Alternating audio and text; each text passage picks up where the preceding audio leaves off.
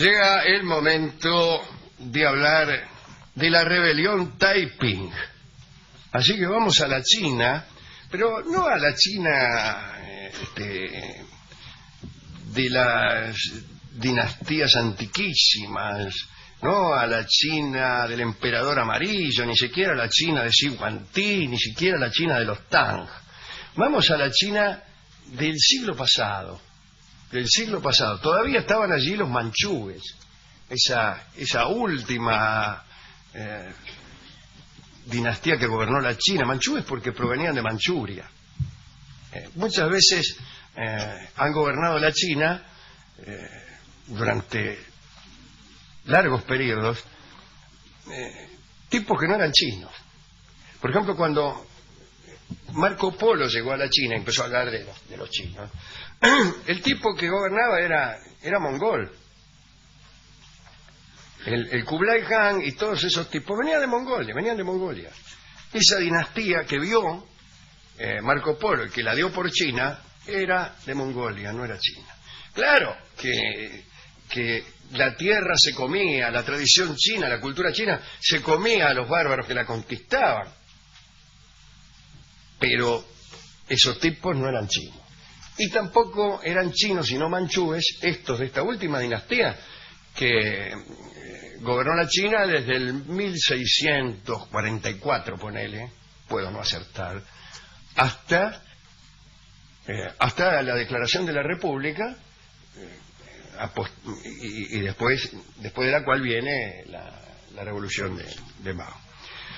Ahora ubiquémonos en China a mediados del siglo XIX. La dinastía gobernante era la dinastía Qing, es decir, la dinastía de los manchúes.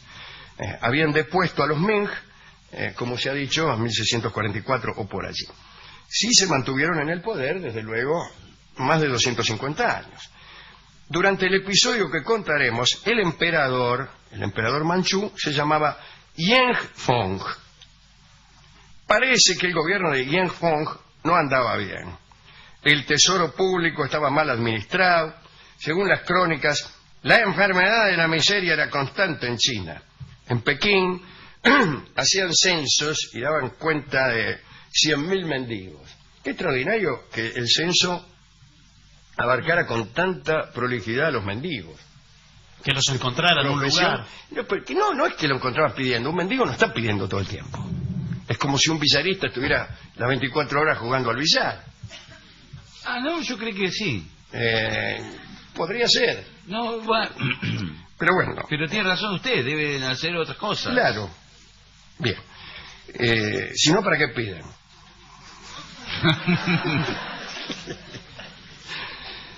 El caso es que había mucha miseria, ¿no? Miles de ellos acampaban junto al palacio pidiendo limosna e incluso amenazando a los funcionarios que se acercaban a la sede del imperio. Se les daba paja para dormir, arroz y trigo y algo de carbón para calentarse. Bien, o sea, los viejos, que siempre fueron muy cuidados en la China, los viejos mendigos, recibían vestidos en invierno y un abanico en verano. ¡Qué notable! Un abanico en verano es un detalle de refinamiento increíble. Ahora bien, en el año 1814 nació un hombre llamado Hongxiu Zhiwang. Hongxiu Zhiwang era oriundo de Ake, que quedaba en el centro de China. Dice que Hong tuvo una visión en la que era ascendido hasta el cielo. Y según dijo, allí, en el cielo, fue nombrado Hijo Celeste, o sea, Hijo del Cielo, que era el título que por otra parte tenía el emperador de la China. El emperador de la China es, por definición, el Hijo del Cielo. Pero Hong era cristiano, un chino cristiano, una cosa muy rara. Saben ustedes que en la China, incluso en el Japón, los cristianos no han tenido mucha suerte. Anduvieron mucho los jesuitas por allí y, como hemos contado algunas veces en este programa, estuvieron a punto de conseguir alguna clase de éxito, e incluso por momentos lograron convencer a algún emperador, pero siempre alguna cosa fortuita hizo derrumbar aquellos avances del cristianismo en la China. Este Hong era cristiano, había sido instruido por misioneros. Luego de esta visión que había tenido, a saber, verse elevado al cielo y nombrado hijo del mismo, decidió llevar el mensaje del cristianismo por todo el imperio. Bueno, al principio fueron solamente sus parientes, sus amigos, quienes lo escucharon y siguieron. Poco después, sus discípulos fueron centenares. Hong se creía hermano de Cristo. Aseguraba tener un padre y una madre celestiales, desde luego, y se propuso como regla primera el aniquilar a los demonios y a todo aquel que no cumpliera con la religión y los mandatos de Dios. Se llamaba a sí mismo Emperador Celeste de la Paz Universal. Eso dio lugar al nombre de la secta, que se llamó Taiping, que como todos sabemos quiere decir algo bastante parecido a Emperador Celeste de la Paz Universal, si es que no quiere decir alguna otra cosa. En un principio, el emperador, no este, sino el otro, el manchú, Yen Fong, no tomó en cuenta la nueva secta. Dijo, yo como esto. Este barco no puede hundirse, todas esas cosas. Pensaba que era solo una secta religiosa y jamás imaginó, y menos todavía imaginó, que al ir creciendo se convertiría en secta política y haría tambalear a la dinastía gobernante. En 1848, los discípulos de Hong eran 2.000. 2 años más tarde eran 40.000. Los seguidores eran en su mayoría gente pobre. También seguían a Hong hombres de algunas antiguas estirpes dinásticas que se oponían al gobierno de los manchúes. Pronto se formó un ejército, según los cronistas, con el valor y el odio suficiente para derrocar al régimen imperial. Los Taiping comenzaron su marcha por toda la China. Conquistaron una ciudad tras otra, que es la manera de conquistar. Sí, todas juntas. No se puede conquistar 8 ciudades al mismo tiempo. Pero no las arrasaban ni mataban a sus habitantes. Allí predicaron los dogmas cristianos y lograron que miles de chinos aceptaran los criterios de Hong. En 2 años, los rebeldes se adueñaron de 5 provincias.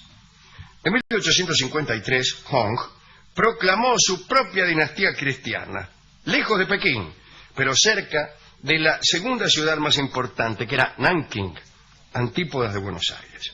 Se formó un estado dentro del estado y pronto Hong quiso dominarlo todo.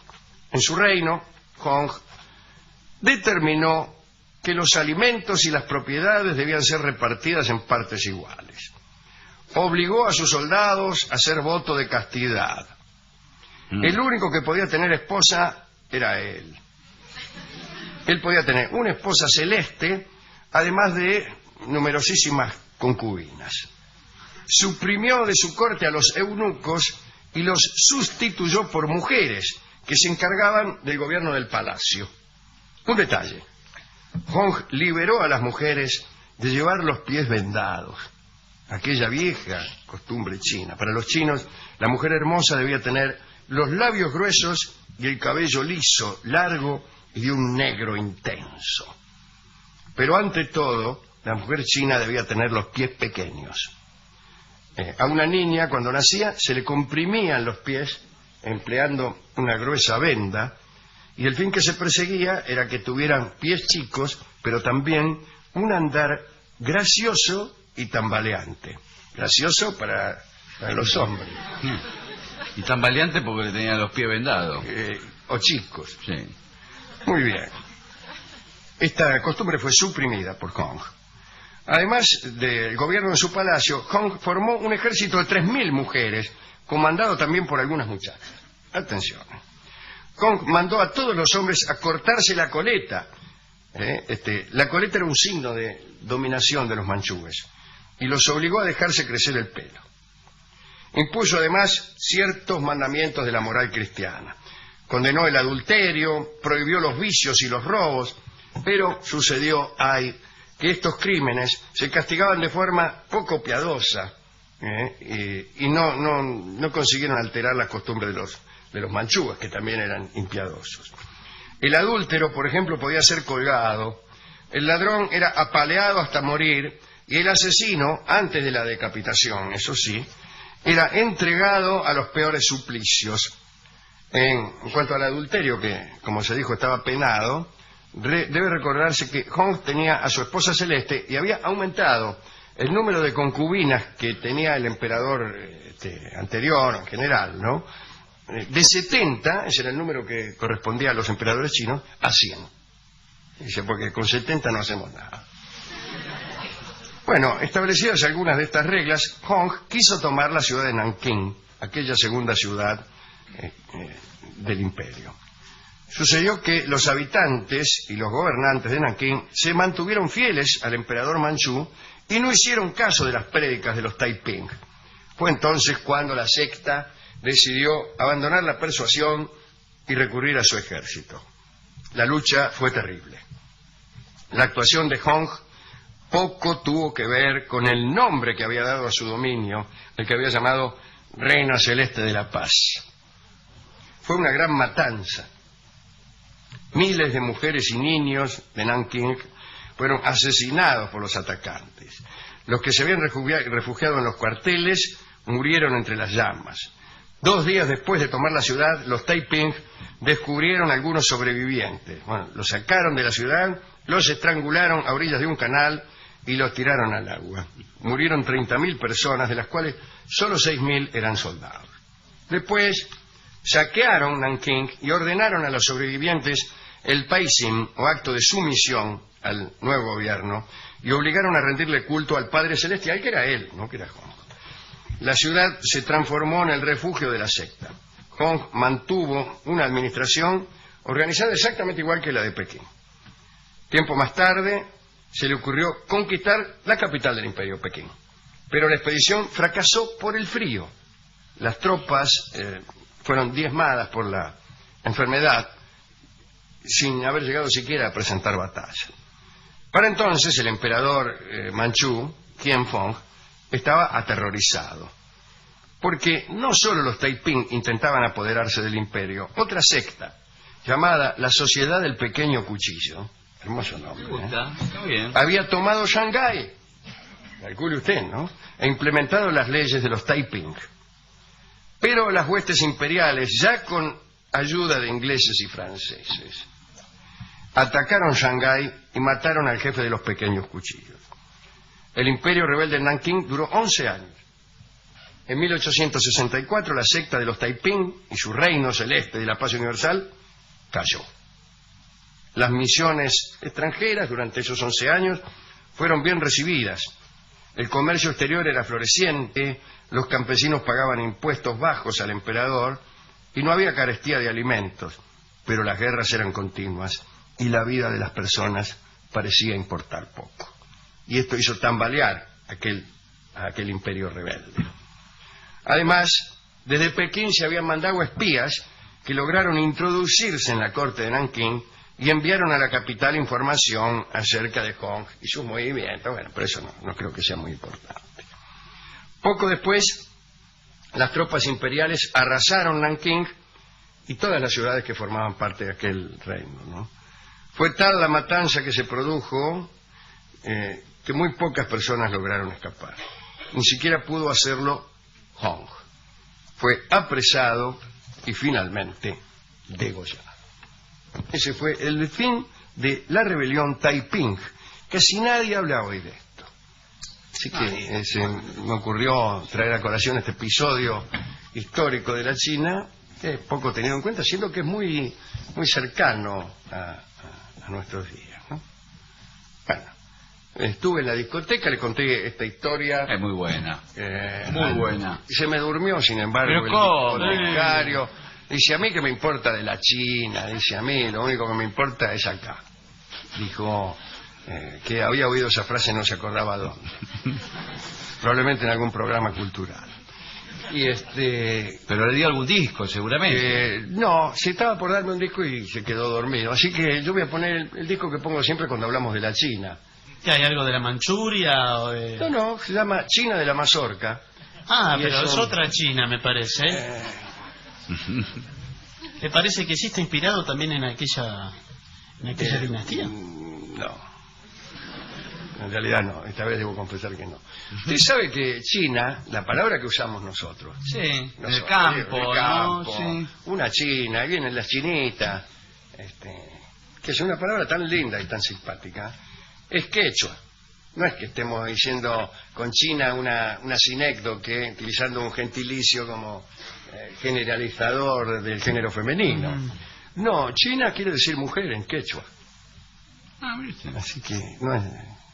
Pero no importa. No diga nada porque yo tengo que sostener que China de la Mazorca se refiere no solo a la China en general, sino en particular a la China de los manchúes, a la China de 1853, concretamente. Bueno, entonces... Entonces digamos que sí, que es así. Sí, es así. Entonces, Es muy probable porque, en todo caso, China de la Mazorca alude a unos acontecimientos ocurridos 13 años antes. Claro, pero en otro lugar. En las antípodas, exactamente. Canta Ignacio Corsini, China de la Mazorca.